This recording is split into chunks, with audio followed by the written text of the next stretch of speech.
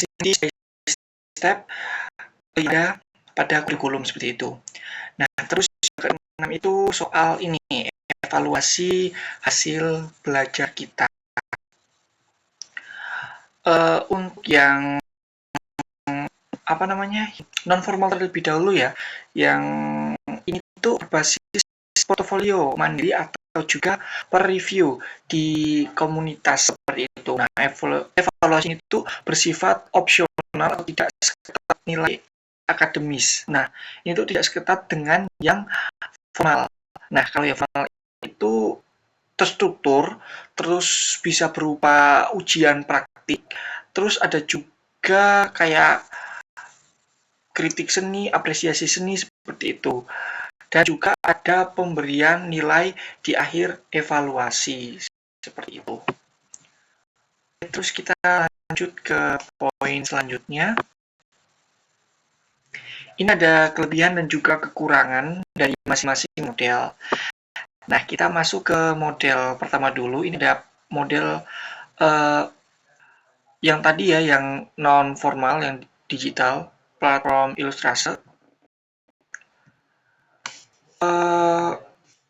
Untuk kita masuk ke kelebihannya terlebih dahulu. Untuk kelebihannya sendiri itu, yang pertama ada aksesibilitasnya itu tinggi, terus ada juga pembelajarannya itu berulang. Jadi semisal kita mau belajar, semisal kita nggak maksud di materi A, terus kita bisa mengulang dari tersebut lagi dan lagi. Soalnya kan itu di outnya itu lewat video, jadi kita bisa mengonsumsi materi tersebut sebanyak yang kita mau seperti itu. Terus juga materinya itu relevan. Kenapa relevan? Karena biasanya kalau yang model-model formal seperti ini tuh mengikuti tren-tren industri yang ada seperti itu. Jadi enggak kaku seperti dengan yang formal seperti itu. Nah, dari yang formal itu ada kelebihan, ada juga kekurangannya. Nah, kalau kekurangannya itu yang pertama ada minim umpan balik langsung. Terus juga ada tergantung motivasi diri sendiri. Jadi semisal kayak kita sudah daftar nih, terus kayak kita motivasi dirinya kurang, ya udah kayak percuma gitu loh. Soalnya kayak bakalan terbuang sia-sia kalau semisal motivasi diri kita kurang. Terus ada juga ketergantungan teknologi gitu. Karena kan semuanya itu lewat teknologi kalau yang non formal ini. Baik akses materinya, cara komunikasinya dan lain sebagainya. Terus yang kedua itu ada yang ini kelas seni secara konvensional. Ini yang pertama ada kelebihan, kita masuk ke kelebihannya dulu. Untuk kelebihannya itu ada bimbingannya itu secara langsung. Jadi itu taktil atau kayak teliti gitu loh. Jadi semisal ada kesalahan dari siswa atau muridnya bisa langsung dibenarkan oleh gurunya. Terus suasananya juga komunikatif.